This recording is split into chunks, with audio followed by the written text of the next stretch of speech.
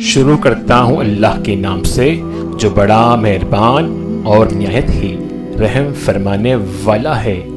سورۃ الطور۔ کوہ طور کی قسم اور کتاب کی جو لکھی ہوئی ہے کشادہ اوراق میں، اور آباد گھر کی اور اونچی چھت کی اور ابلتے ہوئے دریا کی، کہ تمہارے پروردگار کا عذاب واقع ہو کر رہے گا اور اس کو کوئی روک نہیں سکے گا۔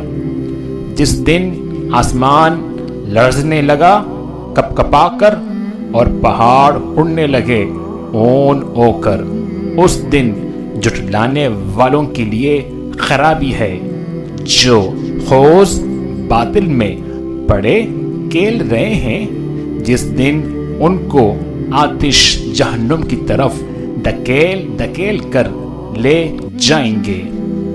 یہی وہ جہنم ہے جس کو تم جھوٹ سمجھتے تھے، تو کیا یہ جادو ہے یا تم کو نظر ہی نہیں آتا؟ اس میں داخل ہو جاؤ اور صبر کرو یا نہ کرو، تمہارے لیے یکساں ہے جو کام تم کیا کرتے تھے، یا انہی کا تم کو بدلہ مل رہا ہے۔ جو پرہیزگار ہیں وہ باغوں اور نعمتوں میں ہوں گے، جو کچھ ان کے پروردگار نے ان کو بخشا اس کی وجہ سے خوشحال، اور ان کے پروردگار نے ان کو دوزخ کے عذاب سے بچا لیا۔ اپنے اعمال کے صلے میں مزے سے کھاؤ اور پیو، تختوں پر جو برابر بچھے ہوئے ہیں، تکیا لگائے ہوئے، اور بڑی بڑی آنکھوں والی حوروں سے ہم ان کا عقد کر دیں گے۔ اور جو لوگ ایمان لائے اور ان کی اولاد بھی راہ ایمان میں ان کے پیچھے چلی، ہم ان کی اولاد کو بھی ان کے درجے تک پہنچا دیں گے، اور ان کے اعمال میں سے کچھ کم نہ کریں گے۔ ہر شخص اپنے اعمال میں پسا ہوا ہے، اور جس طرح کے میوے اور گوشت کو ان کا جی چاہے ہم ان کو عطا کریں گے۔ وہاں وہ ایک دوسرے سے جام شراب جپٹ لیا کریں گے، جس کے پینے سے نہ ہذیان سرائی ہوگی نہ کوئی گناہ کی بات۔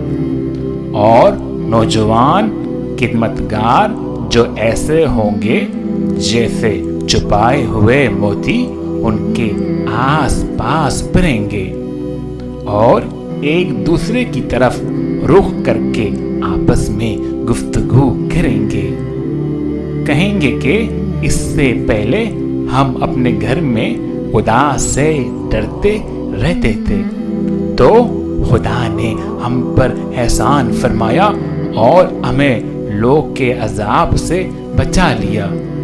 اس سے پہلے ہم اس سے دعائیں کیا کرتے تھے، بے شک وہ احسان کرنے والا مہربان ہے۔